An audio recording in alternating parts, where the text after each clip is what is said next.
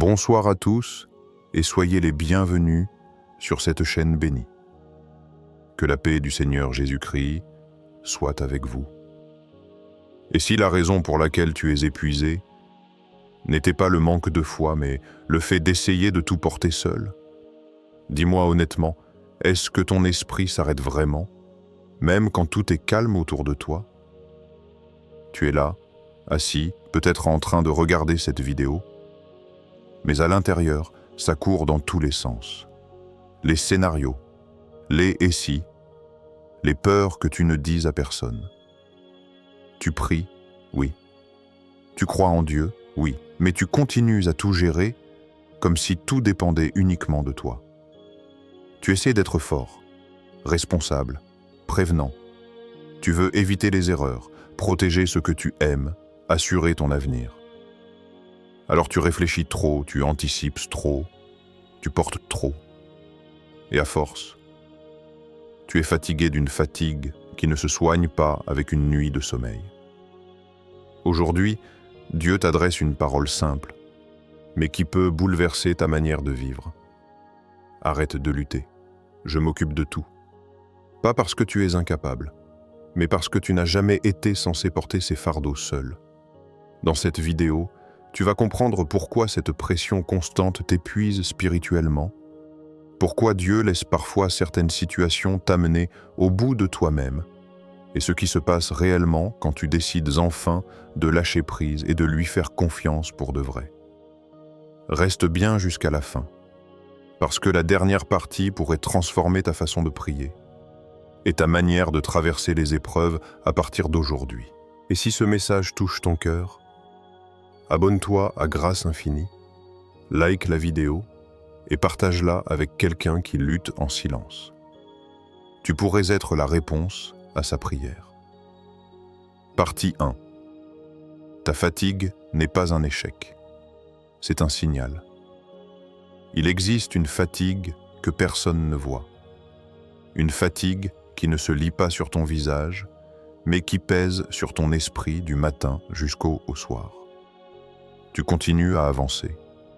Tu continues à faire ce que tu dois faire. Tu assumes tes responsabilités, tu réponds aux messages, tu travailles, tu aides, tu encourages même les autres parfois. De l'extérieur, rien ne semble alarmant. Mais à l'intérieur, c'est différent. À l'intérieur, tu es en tension constante, comme si ton âme ne connaissait plus le bouton pause. Ce n'est pas seulement ton corps qui est fatigué, c'est ton cœur. C'est ton esprit. C'est cette partie de toi qui essaie de tout gérer en silence. Tu te réveilles déjà en train de réfléchir. Avant même de poser le pied par terre, ton esprit a commencé à faire la liste des problèmes, des décisions, des incertitudes. Tu ne vis pas seulement le présent, tu vis aussi tous les scénarios possibles de demain. Et chacun de ces scénarios vient avec son lot d'inquiétudes.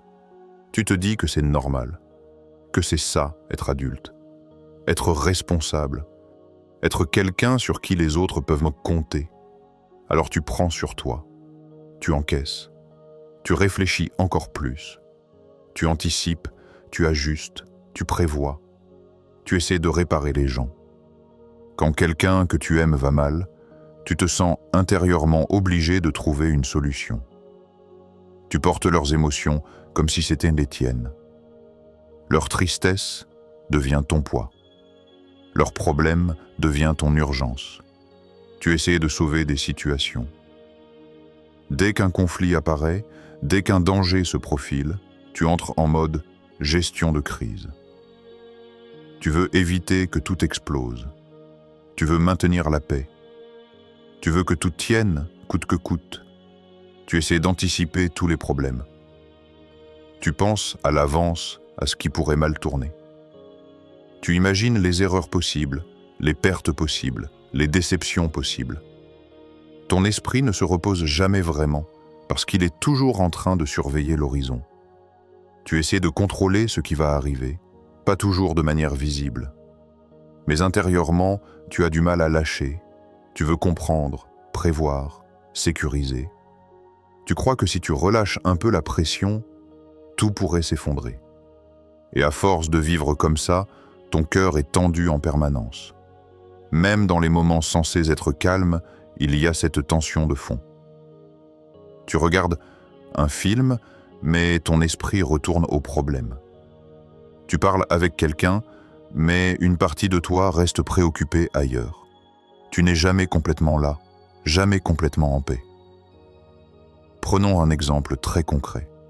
Un souci familial, une tension avec un proche, ou peut-être une pression financière. Rien d'extraordinaire aux yeux du monde, mais pour toi, c'est un poids constant. Tu y penses en cuisinant, en conduisant, en essayant de dormir. Tu fais des calculs dans ta tête, tu imagines des conversations, tu prépares des solutions. Extérieurement, tu souris. Intérieurement, tu es en alerte permanente. Et le pire, c'est que tu te juges pour cette fatigue. Tu te dis « Je devrais être plus fort. Je devrais avoir plus de foi. Pourquoi je suis aussi épuisé alors que d'autres vivent pire ?» Mais si cette fatigue n'était pas une preuve de faiblesse?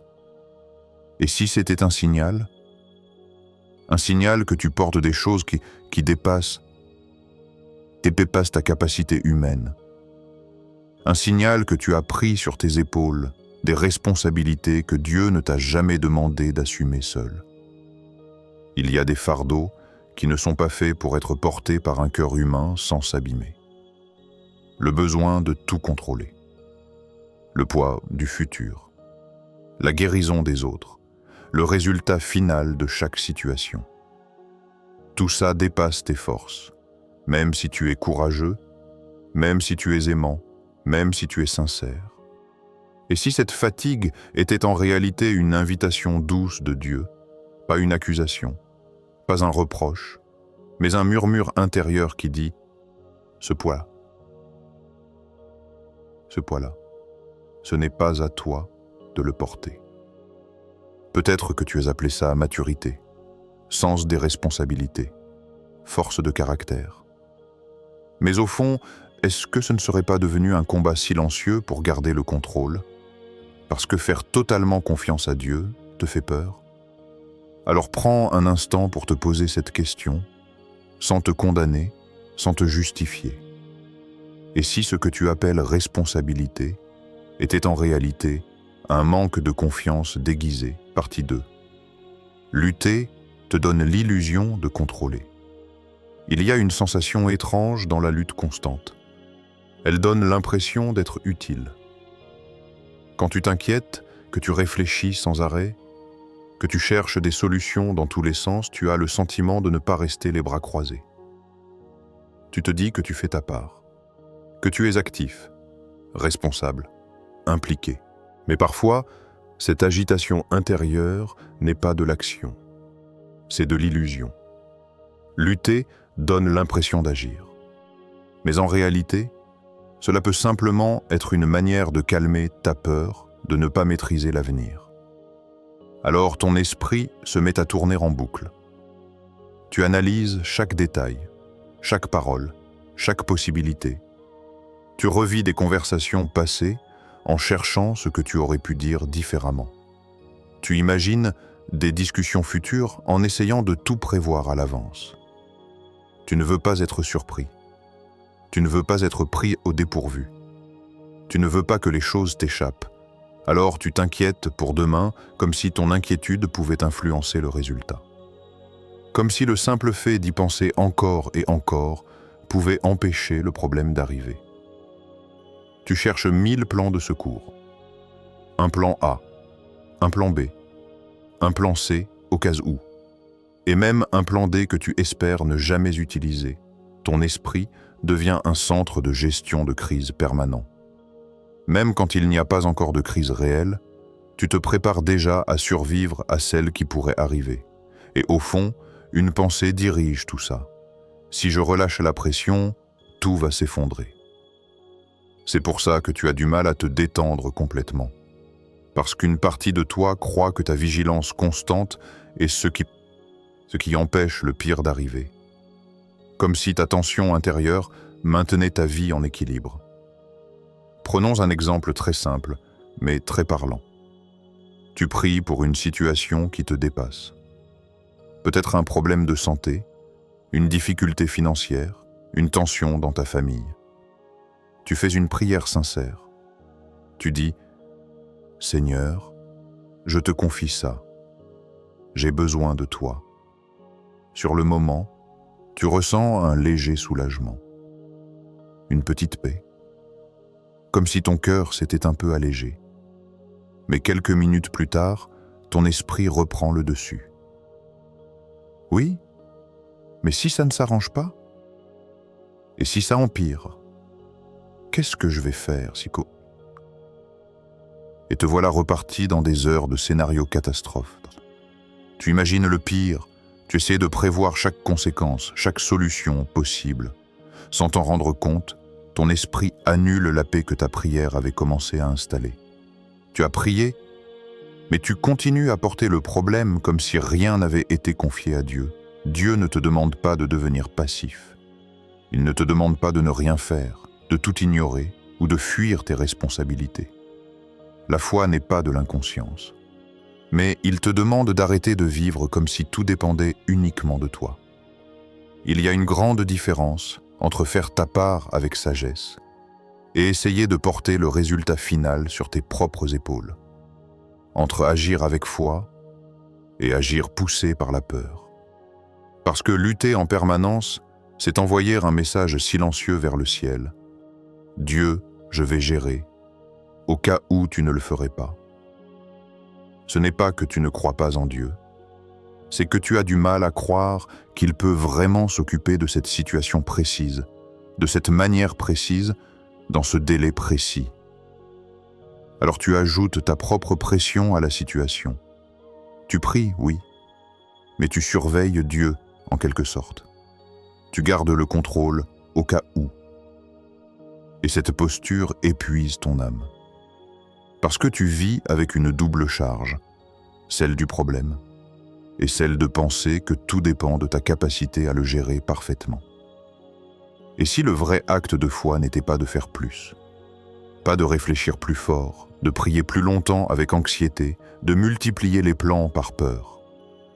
Et si le vrai acte de foi était d'accepter de faire confiance, même quand tu ne vois rien bouger, même quand aucune solution visible n'apparaît encore, même quand le silence de Dieu te rend inconfortable? Peut-être que le plus grand pas spirituel que tu puisses faire maintenant ne consiste pas à ajouter quelque chose, mais à relâcher ce besoin constant de tout contrôler, pour laisser enfin à Dieu la place d'être vraiment Dieu dans ta situation. Ah, tu es toujours là? C'est que tu aimes bien la vidéo. Clique sur s'abonner et on continue ensemble. Partie 3. Dieu te laisse arriver au bout de toi-même. Il y a des saisons dans la vie où tout semble plus difficile que nécessaire.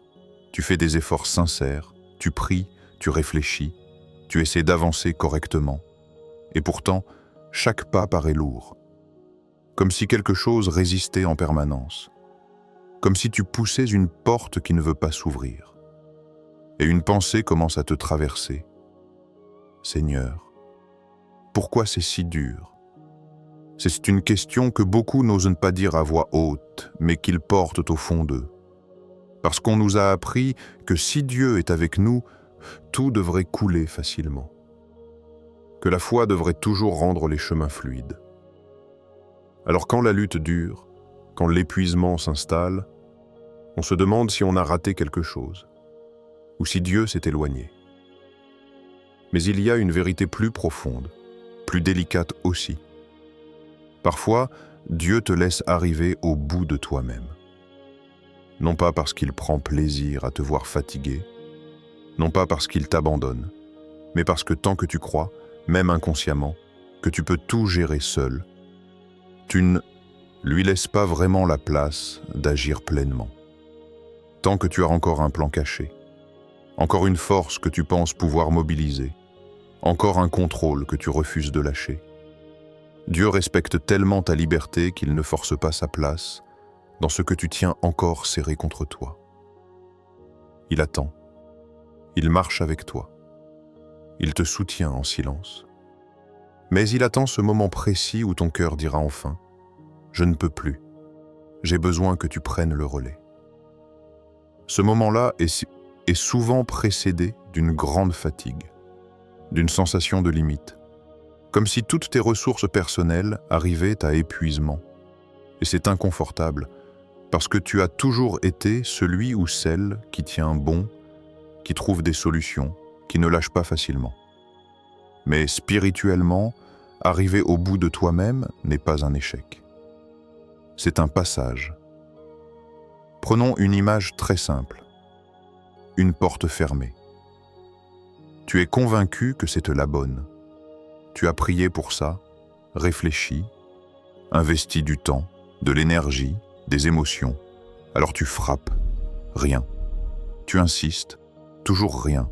Tu cherches une autre poignée, un autre angle, tu forces un peu plus.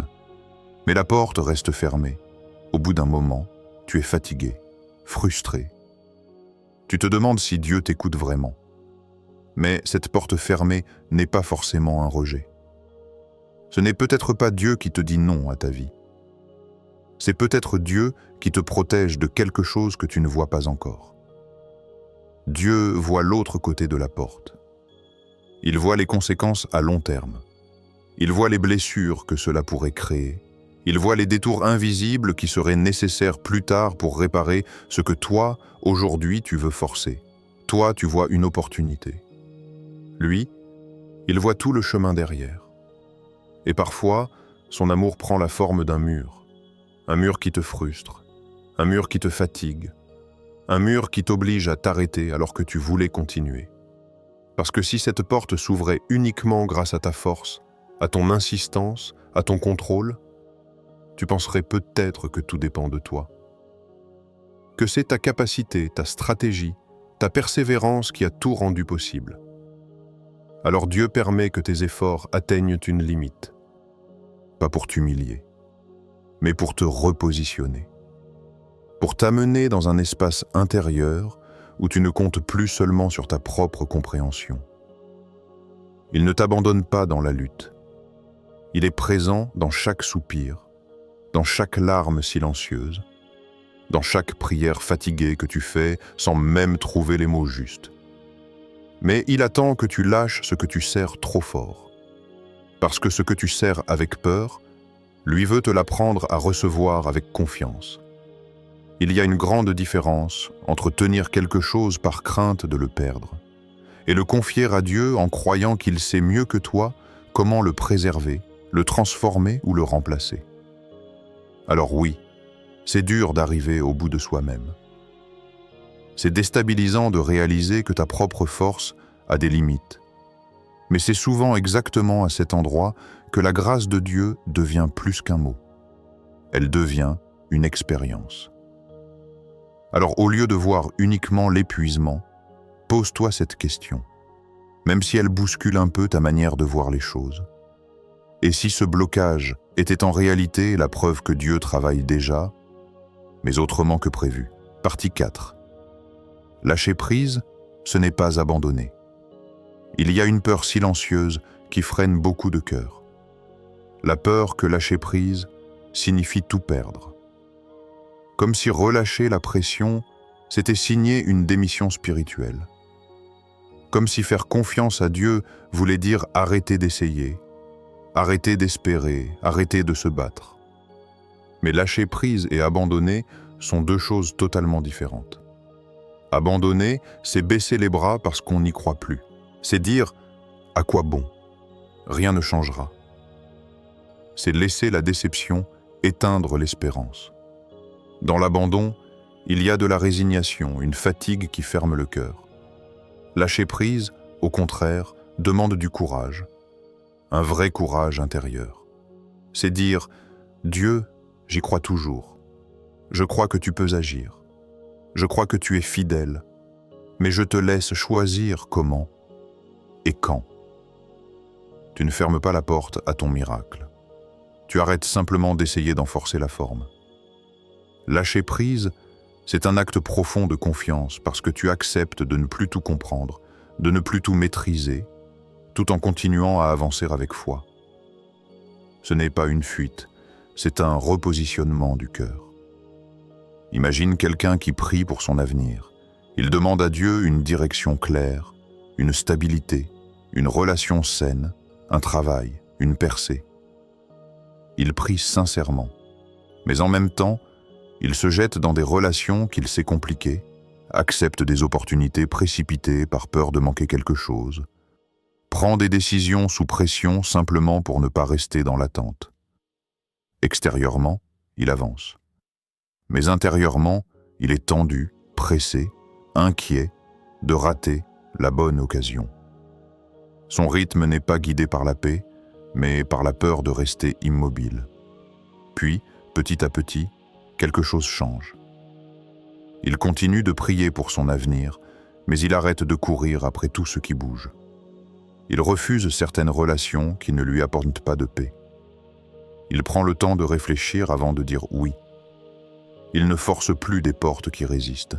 Il avance toujours, mais sans cette pression intérieure qui l'écrasait. Voilà ce qu'est le lâcher-prise. Ce n'est pas l'inaction, c'est une action libérée de l'obsession du contrôle. Tu fais ta part avec sagesse, fidélité, responsabilité. Tu travailles, tu pries, tu progresses, tu apprends. Mais tu arrêtes d'essayer de faire la part de Dieu. Tu ne t'imposes plus comme le garant du résultat final. Parce qu'au fond, vouloir tout contrôler, c'est essayer de porter un rôle qui n'a jamais été le tien. Lâcher prise, c'est accepter que certaines choses ne dépendent pas de ton intelligence, de ta capacité à prévoir ou de ton endurance.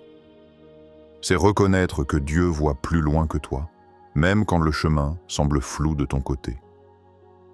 Et c'est là qu'une transformation intérieure commence. La paix ne vient pas forcément parce que tout s'arrange d'un coup. Elle vient parce que tu n'es plus seul à porter le poids de l'issue. Tu respires différemment. Tu dors un peu mieux. Ton esprit arrête de tourner sans fin autour des mêmes peurs. Les circonstances n'ont peut-être pas encore changé. Mais ta posture intérieure, elle, a changé. Et ça change tout. Tu découvres que tu peux faire confiance sans tout comprendre. Que tu peux avancer sans tout sécuriser. Que tu peux espérer sans forcer. Et si la paix que tu cherches depuis si longtemps ne venait pas d'une solution immédiate, mais simplement du fait de ne plus tout porter seul, de laisser enfin à Dieu l'espace d'agir à sa manière, dans son timing parfait, pendant que toi, tu marches avec fidélité là où tu es aujourd'hui. Partie 5. Quand tu lâches, Dieu commence à agir différemment. Il existe un moment que personne ne peut mesurer, mais que beaucoup ont déjà vécu. Un moment silencieux, discret, presque invisible de l'extérieur, mais décisif à l'intérieur. Ce moment où ton cœur, fatigué de résister, fatigué de tout analyser, fatigué de vouloir tout comprendre, finit par dire sincèrement « Seigneur, je te fais confiance, même si je ne comprends pas. » Ce n'est pas une phrase religieuse répétée machinalement. Ce n'est pas une belle déclaration pour se rassurer. C'est une vraie bascule intérieure, un relâchement profond. Comme si ton âme desserrait enfin les poings après les avoir gardés fermés pendant trop longtemps. Et c'est souvent là que quelque chose commence à changer. Pas forcément autour de toi tout de suite. Les circonstances peuvent sembler identiques au début. Les mêmes dossiers, les mêmes questions, les mêmes incertitudes, mais en toi, il se passe un déplacement invisible. L'anxiété commence à diminuer. Pas d'un coup, pas de manière spectaculaire, mais progressivement. Les pensées tournent moins vite. Les scénarios catastrophes perdent un peu de leur pouvoir. Ton esprit ne ressent plus le besoin urgent de tout résoudre en une seule nuit. Le besoin de tout contrôler baisse. Tu réalises que certaines choses peuvent rester floues sans que ta vie s'écroule. Tu n'as plus cette pression constante de devoir tout comprendre immédiatement. Tu acceptes qu'il y ait des zones que Dieu gère pendant que toi, tu avances pas à pas. Tu dors un peu mieux, peut-être pas parfaitement, mais ton corps commence à se détendre. Tes nuits ne sont plus uniquement des lieux de réflexion et d'inquiétude. Ton souffle devient plus calme, plus profond. Même ta manière de respirer change, comme si ton être tout entier réalisait qu'il n'est plus en état d'urgence permanent. Ce changement intérieur, beaucoup le sous-estiment. Pourtant, il prépare souvent le terrain pour ce que Dieu veut faire ensuite. Parce que lorsque tu lâches la lutte intérieure, tu laisses enfin de la place à Dieu pour agir d'une manière que ton contrôle aurait empêché. Tant que tu étais tendu, accroché à tes plans, focalisé sur une seule issue possible, tu ne voyais qu'un chemin. Mais Dieu, lui, en voit plusieurs. Et progressivement, des choses commencent à se mettre en place. Pas toujours de manière spectaculaire, parfois très simplement. Une aide inattendue arrive, par une personne à laquelle tu n'aurais jamais pensé. Une rencontre se produit au moment précis où tu avais arrêté de courir après tout le monde. Une idée claire te vient, alors que ton esprit était enfin apaisé. Une porte s'ouvre, mais pas celle que tu forçais. Une autre que tu n'avais même pas remarquée au début. Et tu réalises quelque chose. Ce qui se met en place maintenant, tu n'aurais jamais pu l'organiser toi-même. Tu n'avais ni la vue d'ensemble, ni le bon timing, ni les bonnes connexions. Si tout avait dépendu de ta seule stratégie, tu serais resté bloqué dans des cercles de stress et de tentatives répétées. Il y a une fluidité différente. Une paix qui accompagne les décisions. Une impression que les choses s'alignent sans que tu aies besoin de pousser constamment. Ce n'est pas que tout devient facile. Mais tu n'es plus seul à porter le poids de chaque résultat. Et parfois, en regardant en arrière, tu comprends que Dieu agissait déjà pendant que toi, tu pensais que rien ne bougeait. Il préparait des cœurs, des circonstances, des solutions hors de ton champ de vision. Mais ton agitation intérieure t'empêchait de voir les petits signes, les directions discrètes, les ouvertures progressives. Lâcher prise n'a pas déclenché l'amour de Dieu. Il était déjà là. Lâcher prise n'a pas convaincu Dieu d'agir. Il était déjà à l'œuvre. Mais lâcher prise t'a rendu capable de recevoir ce qu'il faisait déjà. Alors une question commence à prendre sens dans ton esprit. Et si Dieu attendait simplement que tu lâches la lutte, non pas pour te tester, mais pour te montrer qu'il a toujours eu le contrôle, même dans les moments où tu pensais que tout reposait uniquement sur tes épaules. Partie 6. Ta vraie force commence là où ta lutte s'arrête. Depuis longtemps, on t'a peut-être appris que la force, c'est tenir. Tenir quand ça fait mal. Tenir quand c'est lourd. Tenir quand tu es fatigué, mais que personne ne doit le voir. Alors tu serres les dents, tu gardes le sourire, tu continues d'avancer même quand ton cœur est à bout. Tu es devenu fort à l'extérieur, solide, fiable, courageux. Les autres te voient comme quelqu'un qui ne lâche pas facilement. Et c'est vrai, tu as une endurance remarquable. Mais intérieurement, cette définition de la force t'a peut-être épuisé plus que tu ne l'admets. Parce qu'à force de vouloir être fort tout le temps, tu as fini par croire que fléchir était un échec. Que dire « je n'y arrive plus » était un aveu de faiblesse. Que montrer ta limite signifiait que ta foi n'était pas assez grande. Mais la force spirituelle ne fonctionne pas comme la force humaine. Tu crois que ta force, c'est de ne jamais flancher. Dieu sait que ta vraie force commence quand tu reconnais que tu ne peux pas tout porter. Il y a une posture invisible, intérieure, que peu de gens voient, mais qui change tout. Ce moment où, au fond de toi, tu t'agenouilles. Pas physiquement forcément, mais dans ton cœur. Ce moment où tu arrêtes d'essayer d'être ton propre sauveur. Et tu dis simplement « Seigneur, je ne peux pas, mais toi, tu peux ». Cette phrase n'est pas une défaite, c'est une ouverture. C'est l'instant précis où tu cesses de bloquer l'action de Dieu avec ton besoin de tout gérer toi-même. C'est là que ta dépendance devient une force, parce qu'elle te relie à une puissance qui dépasse la tienne. Ce n'est pas de la faiblesse.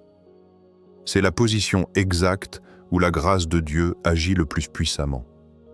La grâce ne se déploie pas là où tu fais semblant de tout maîtriser. Elle agit là où tu admets ta limite, là où tu dis « je n'ai pas toutes les réponses, je n'ai pas la force pour tout, j'ai besoin de toi ». Prenons un exemple très simple, très concret. Une nuit où ton esprit refuse de se taire. Tu te tournes dans ton lit, tu repenses à ce problème, à cette décision, à cette peur qui te suit depuis des jours. Tu essayes de trouver une solution dans ta tête, encore et encore. Plus tu réfléchis, plus la pression monte. Puis, à bout, tu fais une prière courte, presque fatiguée. « Seigneur, je te donne cette situation. Aide-moi à te faire confiance. » Tu n'as pas tout résolu. Tu n'as pas de plan parfait. Mais tu prends une décision intérieure.